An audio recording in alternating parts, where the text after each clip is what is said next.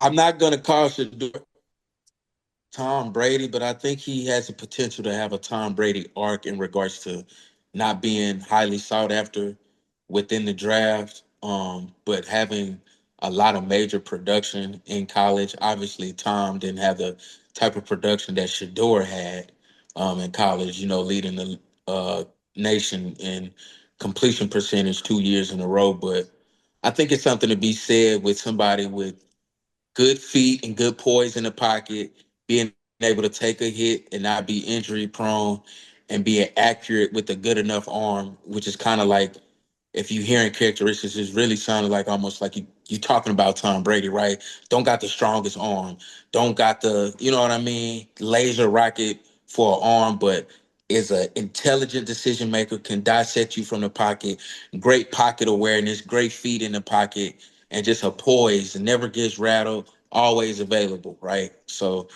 I So you those, think really just described, you really just compared Shedeur to the Tom Brady right now?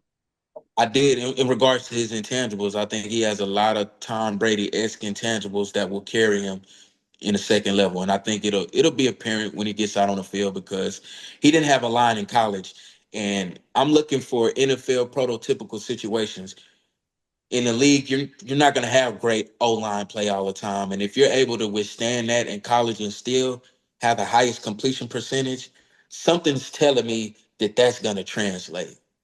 Being able to sit in I the didn't really pocket, see too many, delivering.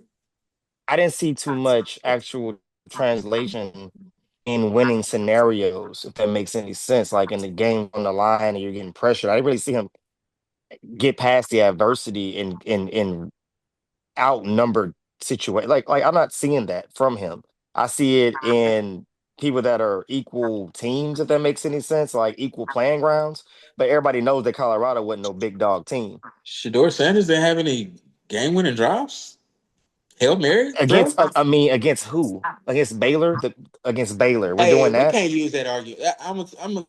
Let's close the door on that argument on against who, because a motherfucker tried to tell me, but it wasn't an SEC team. Obviously, not this I'm not worried about conversation, the but SEC. It's just more but of no, I'm, like, I'm not okay, talking about the the SEC, pressure but of I'm the saying, defense. It's like, I bro, mean, the if the NI, defense pressure isn't there, I mean, bro, what you're The throwing it to. NIL is making college football like the Wild Wild West. I don't want to hear about SEC, ACC, KFC, whatever. LMNOP. Because people got money now in the NIL, they will find you and they will pay you. So people are going to a lot of mid majors. They're going to a lot of schools that they would have normally gotten high ranking recruits because guess what? I can just pay you a shitload of money and you're gonna come now.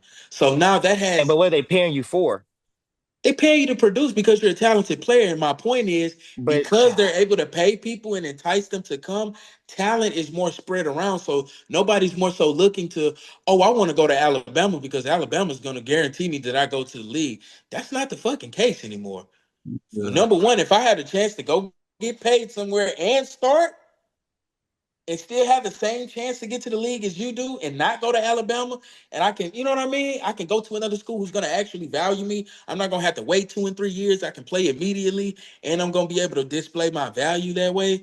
I just think, bro, with NIL, that whole conference shit, I think that narrative has died, bro. I think college football has been most balanced that it's ever been in the last, at least in my last 25 years. I'm 30 now. You know what I I'm saying? think In my right now is more balanced than it's ever been, but I think eventually it'll begin to make that shift back to its dominance where it won't necessarily be dominant based off solely conferences. It'll just be those marquee schools who have a surplus of cash to pay whoever, however, whatever. Yeah, like Texas A&M got one of the best alumni situations in the nation. Yeah.